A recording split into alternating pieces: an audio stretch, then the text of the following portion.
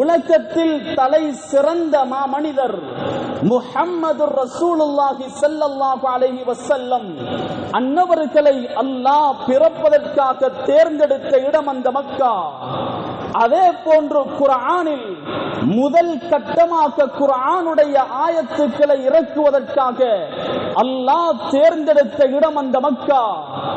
அதே போன்று ஜிப்ரீல் அலைஹிஸ்ஸலாத்து வஸ்ஸலாம் அவர்கள் முஹம்மது ஸல்லல்லாஹு அலைஹி வஸல்லம் அவர்களை முதலாக சந்தித்தது மக்கா.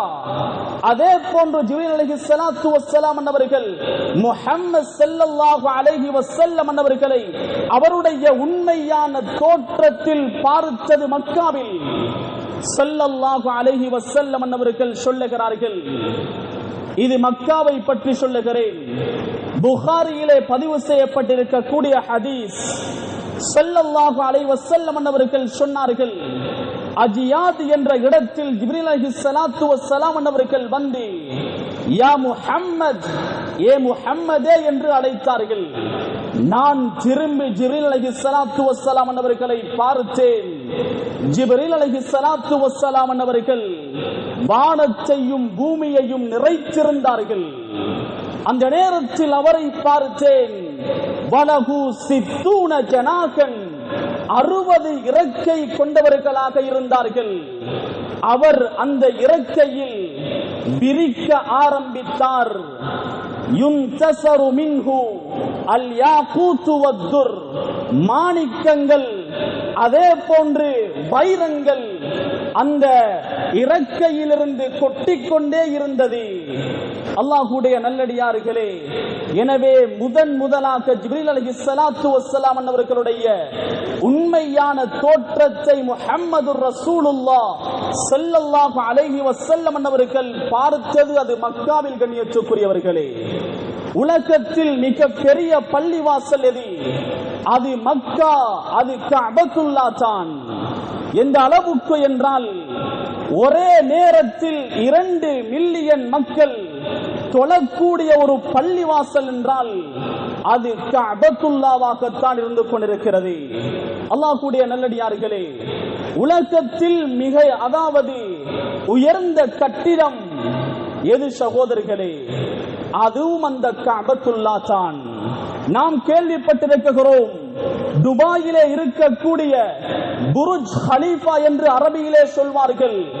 பேஜ் ஹலீஃபா அதுவா சகோதரர்களே? அல்லது அமெரிக்காவிலே அண்மையிலே 110 மாடி சரிந்து விழுந்தது என்று கேள்விப்பட்டோம். அதுவா சகோதரர்களே? இல்லையே இல்லை. அந்த கஅபத்துல்லா தான் மிக உயர்ந்த கட்டிடமாக இருந்து கொண்டிருக்கிறது. உலகத்தில் அதிகூடிய செலவில் $100 பில்லியன் கட்டப்பட்ட கட்டிடம் என்றால் அது கஅபத்துல்லாவாகத்தான் இருந்து கொண்டிருக்கிறது.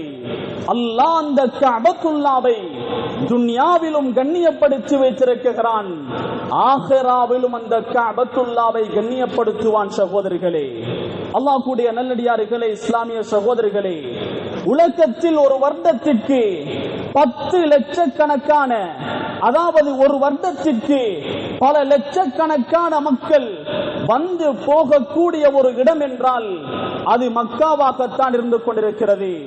ஒரு வருடத்திற்கு குறைந்தது 4 மில்லியன், அதாவது 40 லட்சம் மக்கள் வந்து போகக்கூடிய ஒரு இடம் என்றால் அது மக்கா கஅபத்துல்லாவாகத்தான் இருந்து கொண்டிருக்கிறது. கண்ணியத்துக்குரியவர்களே, இதை நம்முடைய கண்களால் பார்க்க ஆசை கிடையாதா? அது மாத்திரமல்ல, உலகத்தில் மிக விலை உயர்ந்த ஆடையை அணியக்கூடியவர் யார்? மிக உயர்ந்த ஆடையை அணியக்கூடியவர் யார்? மனிதனும் அல்ல, அரசனும் அல்ல, ராஜாவும் அல்ல. உலகத்தில் அதிகூடிய ஆடையை அணியக்கூடியது அல்லாஹ்வுடைய கஅபத்துல்லா. அல்லாஹ்வுடைய கஅபத்துல்லா, அந்த ஆடையினுடைய பெருமதி, அந்த கஅபத்துல்லா அணிந்திருக்கக்கூடிய கேட்டினுடைய எடை எவ்வளவு தெரியுமா சகோதரர்களே? 1300 கிலோ. அந்த 1300 கிலோவில் 280 கிலோ தங்கத்தால் பதிந்திருக்கிறது. சகோதரர்களே, அல்லாஹ் கூடிய நல்லடியார்களே, இஸ்லாமிய சகோதரர்களே, நாம் அந்த கஅபத்துல்லாவை கருப்பு நிறத்தில் தான் பார்த்திருக்கிறோம், கருப்பு நிறத்தில். ஆனால் ஆரம்பத்தில் அந்த கஅபத்துல்லா கருப்பு நிறத்தில் இருக்கவில்லை. சகோதரர்களே, முதலாக கஅபாவுக்கு திரை போட்டது யார்? உலமாக்களிடத்திலே பல கருத்து வேறுபாடுகள் இருக்கிறது. முதலாவது கருத்து, இப்ராஹிம் அலைஹிஸ்ஸலாத்து வஸ்ஸலாம் அவர்களுடைய மகன் இஸ்மாயில் அலைஹிஸ்ஸலாத்து வஸ்ஸலாம் அவர்கள் தான் முதலாக அந்த கஅபத்துல்லாவுக்கு திரை போட்டார். இரண்டாவது கருத்து, முஹம்மது ஸல்லல்லாஹு அலைஹி வஸல்லம் அன்னவர்களுடைய பாட்டனார், அது நான் தந்தை வழி பாட்டன், இவர் தான் முதலாக திரை போட்டார். மூன்றாவது கருத்து, யமன் நாட்டை சேர்ந்த தபா அல் ஹிம்யரி என்ற அரசன் தான் திரை போட்டார். இவர் முஹம்மது ரசூலுல்லாஹி ஸல்லல்லாஹு அலைஹி வஸல்லம் அவர்களுக்கு பல 100 வருடங்களுக்கு முன்னால் வந்த ஒருவர். எப்படித்தான் திரை போட்டாலும், யாரு தான் திரை போட்டாலும் அது திரை போடப்பட்டிருப்பதை நாம் அறிந்திருக்கின்றோம்.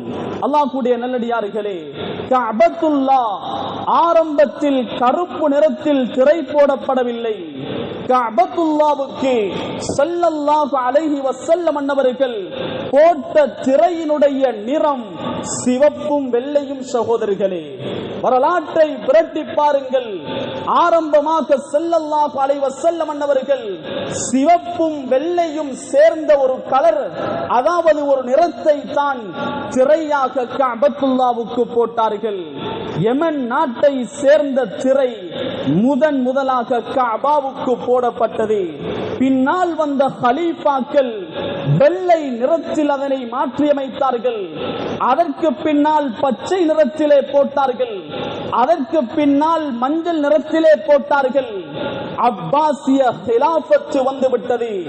இஸ்லாமிய சாம்ராஜ்யத்தை முப்பெரும் படைகள் ஆட்சி செய்தன. அதில் முதலாவது உமையாக்கள், இரண்டாவது அப்பாசியாக்கள், ஹஜ்ரத் அப்பாஸ் ரலியல்லாஹு தஆலா அவர்களுடைய பரம்பரையில் வந்தவர்கள். மூன்றாவது உஸ்மானியாக்கள், இவர்களில் அதிகமானவர்கள் அஜமிகள். உஸ்மானியாக்கள் அந்த அப்பாசிய ஆட்சி காலத்தில் ஜஅஃபர் அல் முத்தவக்கில் என்ற ஒரு மன்னர் இருந்தார், பேணுதலான ஒரு மன்னர். அவர் மக்களை அழைத்து சொன்னார், கஅபாவினுடைய திரையை நாங்கள் அடிக்கடி போட்டுக் கொண்டிருக்கிறோம், அதனுடைய நிறத்தை மாற்றிக் கொண்டிருக்கிறோம், அதனுடைய திரையையும் மாற்றிக் கொண்டிருக்கிறோம். இதற்கு நாங்கள் கருப்பு நிற ஆடையை நாங்கள் அணிவிப்போம் என்ற முடிவுக்கு வருகிறார்கள்.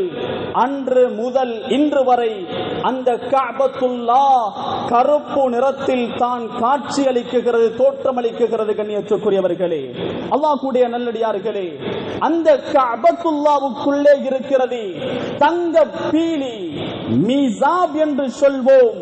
இதை யார் வைத்தது? சகோதரர்களே, முதலாக தங்க பீலி மீசாபை வைத்தவர்கள் குறைஷியர்கள். ஆனால் அந்த சந்தர்ப்பத்தில் அது தங்கமாக இருக்கவில்லை. முஹம்மது ரசூலுல்லாஹி ஸல்லல்லாஹு அலைஹி வஸல்லம் அவர்கள் 35வது வயதில் 35 வயதாக இருக்கும் பொழுது அந்த தங்க பீலியை வைத்தார்கள்.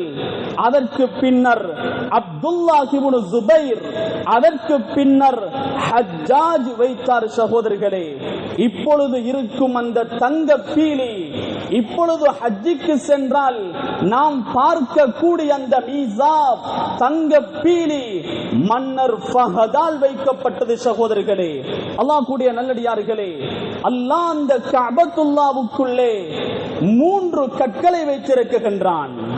3 கற்களை கஅபத்துல்லாவுக்குள்ளே இருக்கிறது. அதாவது கதவு போடப்பட்டிருக்கிறது. ஆரம்பமாக அந்த கதவு கிட்டத்தட்ட 280 கிலோ தங்கத்தால் உருவாக்கப்பட்ட கதவு சகோதரர்களே.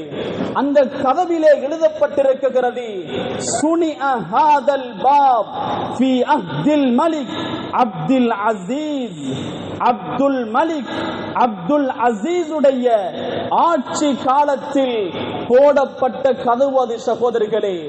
அந்த எழுத்தை இன்று ஹஜ்ஜுக்கு சென்றாலும் பார்க்கலாம். அந்த கதவிலே இருக்கிறது, சுனிஅ ஹாதல் பாப் ஃபீ அஹ்தில் மலிக் அப்துல் அசீஸ் என்று எழுதப்பட்டிருக்கிறது. அல்லாஹ்வுடைய நல்லடியார்களே, அந்த கஅபத்துல்லாவுக்குள்ளே அல்லாஹ் 3 விதமான கற்களை வைத்திருக்கின்றான். அவசரமாக நீண்ட வரலாறு, அவசரமாக முடிக்க வேண்டும், பரீட்சை இருக்கிறது என்பதனால் பேசுகிறேன். அந்த கஅபத்துல்லாவுக்குள்ளே 3 கற்களை அல்லாஹ் வைத்திருக்கிறான். ஒரு கல்லை மாத்திரம்தான் நாம் அறிந்திருக்கிறோம், ஹஜருல் அஸ்வத் கல். அது சுவர்க்கத்திலிருந்து இறக்கப்பட்ட கல் என்று அறிந்திருக்கிறோம். ஆனால் இன்னும் அதை தவிர இன்னும் 2 கல், மொத்தமாக 3 கற்கள் அந்த கஅபத்துல்லாவுக்குள்ளே இருக்கிறது. அது 3 கற்களும் சுவர்க்கத்திலிருந்து இறக்கப்பட்ட கல் தான் சகோதரர்களே. ஹஜருல் அஸ்வத் கல் இறக்கப்படும் பொழுது பாலை விட வெண்மையாக இருந்தது. ஸல்லல்லாஹு அலைஹி வஸல்லம் அவர்கள் சொன்னார்கள், பாவிகளுடைய கை படப்பட அந்த வெண்மையான கல் கருப்பாக மாறிவிட்டது. ஃபுகஹாக்கள் சொல்லுகிறார்கள், அந்த வெண்மையான கல்லே பாவிகளினுடைய கை படப்பட கருப்பாக மாறியது என்றால், ஃபுகஹாக்கள் சொல்லுகிறார்கள், உங்களுடைய குழந்தைகளை தொழாதவர்களுக்கு, பாவம் செய்யக்கூடியவர்களுக்கு, பாவிகளுக்கு குறிப்பாக முத்தமிட கொடுக்க வேண்டாம். அந்த முத்தத்தின் மூலமாக அவர்களுடைய உள்ளத்திலே கருமித்தனம் பூத்துவிடும் என்பதாக ஃபுகஹாக்கள் சொல்லுகிறார்கள். கண்ணியத்துக்குரியவர்களே, கல்லே கருப்பாக மாறியது பாவியினுடைய கைப்பற்று சகோதரர்களே. அல்லாஹ்வுடைய நல்லடியார்களே, 2வது கல் அர்-ருக்னுல் யமான், ஹஜருல் அஸ்வதுக்கு பக்கத்தில் அதாவது இருக்கக்கூடிய ஒரு கல் ருக்னுல் யமான். 3வது கல் அதாவது மகாமு இப்ராஹிம், இப்ராஹிம் அலைஹிஸ்ஸலாத்து வஸ்ஸலாம் அவர்கள் ஏறி நின்ற கல் சகோதரர்களே. திர்மிதியுடைய ஹதீஸ், ஸல்லல்லாஹு அலைஹி வஸல்லம் அவர்கள் சொன்னார்கள், அர்-ருக்ன் வல் மகாம், ஹஜருல் அஸ்வதுக்கு அடுத்த பக்கத்திலே இருக்கக்கூடிய அதாவது ருக்னுல் யமானும் வல் மகாம், இப்ராஹிம் அலைஹிஸ்ஸலாத்து வஸ்ஸலாம் அவர்கள் ஏறி நின்ற அந்த கல்லும் யாகூத்தானி மின் யாகூத்தில் ஜன்னா, சுவன மாணிக்கத்தின் கல் என்றார்கள் அருமை நாதர் ஸல்லல்லாஹு அலைஹி வஸல்லம் அவர்கள். கண்ணியத்துக்குரியவர்களே, அல்லாஹ்வுடைய நல்லடியார்களே, இஸ்லாமிய சகோதரர்களே, அந்த 2 கல்லும் சுவர்க்கத்திலிருந்து இறக்கப்படும் பொழுது வெஸ்டும் ஈஸ்டும், அதாவது கிழக்கும் மேற்கும், அதாவது ஒளியால் நிரம்பி இருந்தது. அல்லாஹ் என்ன செய்தான் தெரியுமா? தமஸல்லாஹு நூரஹுமா, அல்லாஹ் அந்த 2 கற்களினுடைய ஒளியை எடுத்து விட்டான். ஏன் காரணம் சகோதரர்களே? அந்த ஒளி இன்று இருக்குமானால் யாரும் ஹரத்துக்குள்ளே போக மாட்டார்கள், யாரும் கஅபாவுக்குள்ளே செல்ல மாட்டார்கள், கண் கூசும். தமஸல்லாஹு நூரஹுமா, அந்த 2 கற்களினுடைய ஒளியை அல்லாஹ் எடுத்து விட்டான் சகோதரர்களே. அந்த மகாமு இப்ராஹிம் என்ற அந்த கல்லுக்கு மேலால் தான் இப்ராஹிம் அலைஹிஸ்ஸலாத்து வஸ்ஸலாம் அவர்களுடைய பாதம் இருக்கிறது சகோதரர்களே. கல்லில் ஏறித்தான் முழு கஅபாவையும் இப்ராஹிம் அலைஹிஸ்ஸலாத்து வஸ்ஸலாம் அவர்கள் கட்டினார்கள். உலமாக்கள் சொல்லுகிறார்கள், அந்த கல் அவர்களுக்கு வளைந்து வளைந்து நாலா புறங்களிலும் கட்ட உதவியது என்பதாக உலமாக்கள் சொல்லுகிறார்கள்.